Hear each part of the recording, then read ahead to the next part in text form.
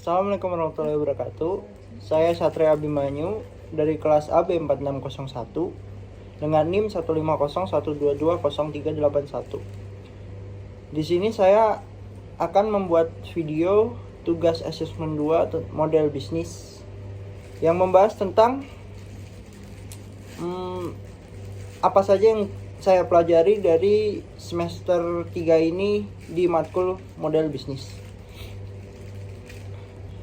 Ada 5 kajian yang saya pelajari dari matkul model bisnis ini. Yang pertama yaitu memahami konteks 9 blok pembangunan bisnis dari framework bisnis model Canvas atau BMC.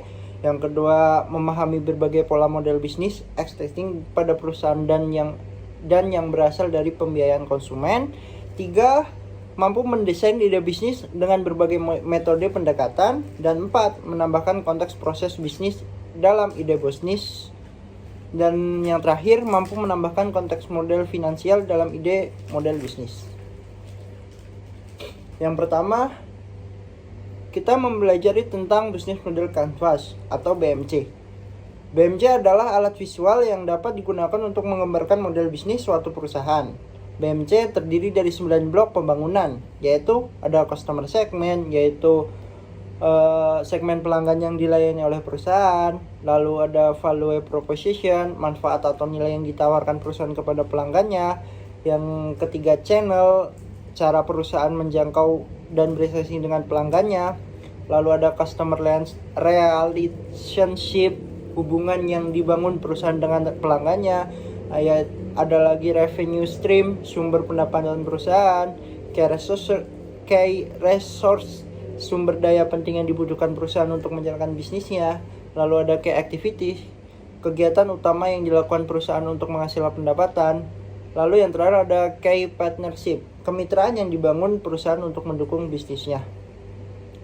Konteks dari 9 blok pembangunan BMC dapat diartikan sebagai pemahaman tentang bagaimana blok-blok tersebut saling berhubungan dan berinteraksi untuk menghasilkan model bisnis yang sukses. Misalnya, blok customer segment dan value proposition harus saling berhubungan agar perusahaan dapat memenuhi kebutuhan pelanggannya. Blok channel dan customer relationship juga harus saling berhubungan agar perusahaan dapat menjangkau dan berinteraksi dengan pelanggannya dengan secara efektif. Memahami berbagai pola model bisnis existing pada perusahaan yang berasal dari pembiayaan konsumen. Ada berbagai pola model bisnis yang dapat diterapkan oleh perusahaan. Pola-pola tersebut dapat dikelompokkan berdasarkan berbagai faktor, seperti produk atau jasa yang ditawarkan. Contohnya, perusahaan dapat menawarkan produk atau jasa fisik, digital, atau hubungan keduanya. Yang kedua, cara perusahaan menghasilkan pendapatan, yaitu perusahaan dapat menghasilkan pendapatan dari penjualan produk atau jasa, langganan, iklan, atau model bisnis lainnya. Yang ketiga, hubungan perusahaan dengan pelanggan. Perusahaan dapat membangun hubungan yang kuat dengan pelanggan atau hanya fokus pada transaksi sekali saja.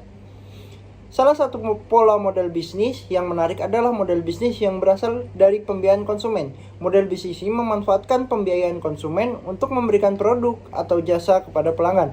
Misalnya, perusahaan pembiayaan mobil menawarkan produk kredit mobil pada konsumen. Konsumen dapat membeli mobil dengan harga yang lebih rendah daripada harga tunai karena mereka dapat membayarnya secara cicilan. Yang ketiga yaitu mampu mendesain ide bisnis dengan berbagai metode pendekatan. Ada berbagai metode dan pendekatan yang digunakan untuk mendesain ide bisnis. Beberapa metode yang umum digunakan adalah metode analisis kebutuhan pelanggan, metode analisis industri, dan metode analisis pesaing.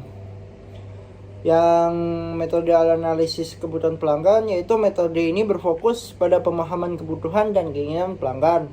Lalu yang industri, metode ini berfokus pada pemahaman kondisi industri dan pesaing.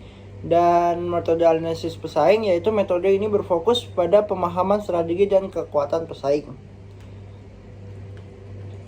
Yang selanjutnya yaitu mampu menambahkan konteks proses bisnis dalam ide model bisnis.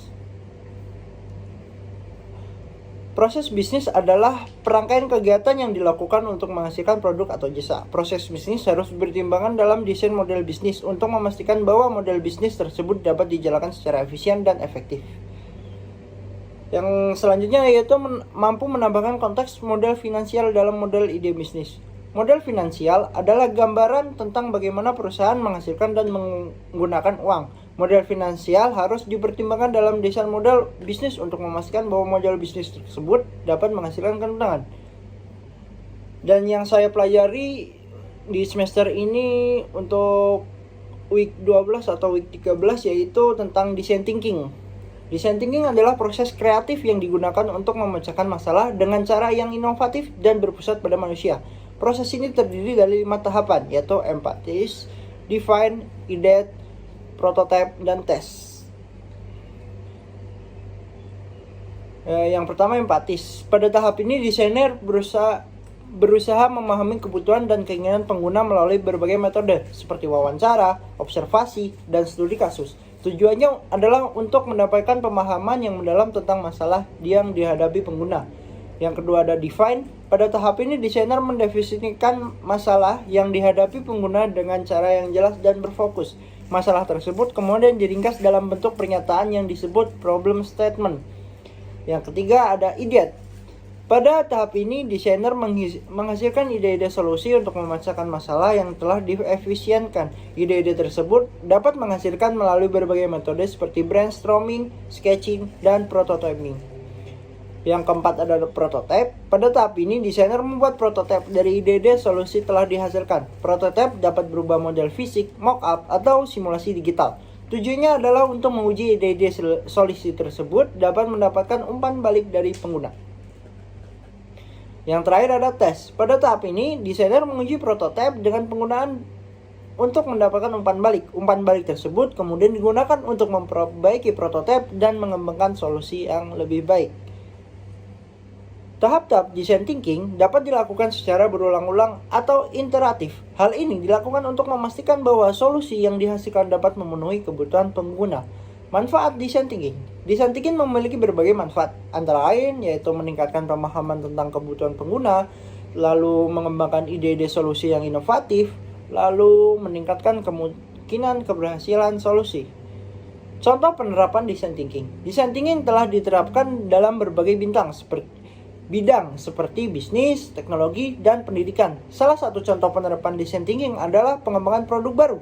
Desainer dapat menggunakan design thinking untuk memahami kebutuhan pengguna, mengembangkan ide-ide produk baru, dan menguji produk tersebut dengan pengguna. Contohnya, seperti Nike menggunakan design thinking untuk mengembangkan sepatu lari yang lebih nyaman dan aman. Uber menggunakan design thinking mengembangkan aplikasi transportasi yang lebih mudah digunakan. Apple menggunakan design thinking untuk mengembangkan produk-produk elektronik. Jadi, kesimpulan yang saya dapat dari 16 pertemuan di matkul model bisnis yaitu 7 materi yang disebutkan di atas merupakan materi penting yang perlu dipahami oleh setiap orang yang ingin memulai bisnis. Materi-materi tersebut dapat membantu untuk memahami konsep model bisnis secara menyeluruh, mengembangkan ide bisnis yang inovatif dan tepat sasaran, menjalankan bisnis secara efisien dan efektif, dan menghasilkan keuntungan dari bisnis yang dijalankan. Sekian dari saya. Apabila ada salah kata atau belibet, mohon maaf. Semoga Bapak sehat selalu. Semangat, semangat, semangat!